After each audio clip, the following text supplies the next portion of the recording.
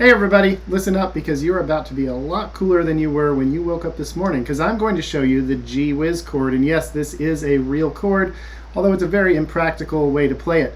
Now, if you already know this chord, then you probably have come to one of my live workshops or maybe went through my Fantastic Chords and Where to Find Them workshop, link down below. And that means you're already cool. So if that's the case, then go ahead and just put in the comments down below, I'm cool. And then click the like button if you would, subscribe if you haven't, really helps out the channel. All right, everybody else, let's learn this chord. So this is a real chord, but it's also a meme in the mandolin community. So you may have seen pictures of people doing this, usually with a goofy look on their face. You'll often see groups from music camps all doing this in a picture. They're all holding out their mandolin like this. And there's probably a picture of every well-known mandolin player holding this chord. And it is completely impractical because it's actually being played by splitting your fingers in a live long and prosper, although this is the wrong hand, isn't it? But you're splitting your fingers like that and putting it around the neck. That would not be a practical way to play because you'd have to get from there to another chord. It's just not quick enough. This chord is actually played, though, as a useful chord, and I'll show you that one first so you know what we're working from. So you put your middle finger on the 7th fret of the G string. Index bars the 5th fret of the D and the 5th fret of the A by just laying out a little bit flat, like that. Doesn't have to sound perfect, it just has to sound pretty good.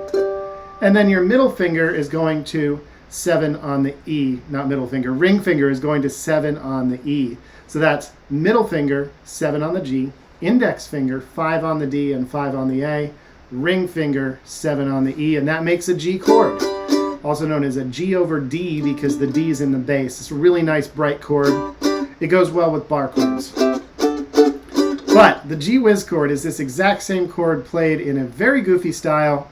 Like I mentioned, we go into this position, the Spock position, and then you put the mandolin neck in between this set and this set of fingers, like that. So now here we are. Pinky and ring are down below, index and middle are up above, thumb is up above. The thumb's not going to have a job here. This is part of why this chord is very impractical. So now we're going to the exact same frets we were at a minute ago, but different fingers.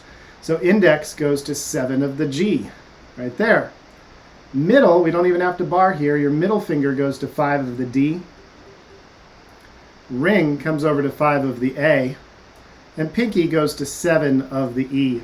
And it's going to take you a little bit of wiggling around to get in place. Pro tip here, get the middle 2 placed first, then get the other 2 on the 7th fret placed. And so you got this little spider looking thing. And when you're done, you have a G chord, and this is actually a playable, usable G chord. I mean, you can chop with it. It's ridiculous, and it's so fun. I don't know how long this has been around. If anybody knows, I would really love to know, or even just a guess, put down in the comments, let me know. It's got to be pretty old. I learned it first when I was a kid, learning from Steve Smith at Camp Bluegrass, and he's the one that gave it the name the G-Whizz chord, at least the only person I ever heard other than me calling it the G-Whizz chord. So if you know something about this, let me know. If you see something, say something. I'd love to know more about it. Learn this chord. It's going to make you extra cool. Again, it's not musically useful. It's just something that is a meme in the mandolin community and something that people will notice. They'll get a laugh out of it, and they'll know that you know a thing or two about the mandolin. So there you go. That's the G-Whizz chord. If you like this kind of stuff, make sure to follow my page. Also, I'm going to be teaching a workshop at 𝘁𝗵𝗶𝘀. No, not 𝘁𝗵𝗶𝗀. It's 𝘁𝗵𝗶𝗀. 𝘁𝗵𝗶𝗀 already happened. I'll be teaching a workshop at 𝘁𝗵𝗶𝗀 February 14th, mandolin workshop. And then let's see, where else will I be? I'll be at Mandolin Camp North in April and teaching mandolin there, and Camp Bluegrass in July. More to come possibly, but I'll be at those 3 for sure. All right, follow the channel, all that stuff. Comment down below after you've learned this chord. Now I'm cool. All right, bye everybody.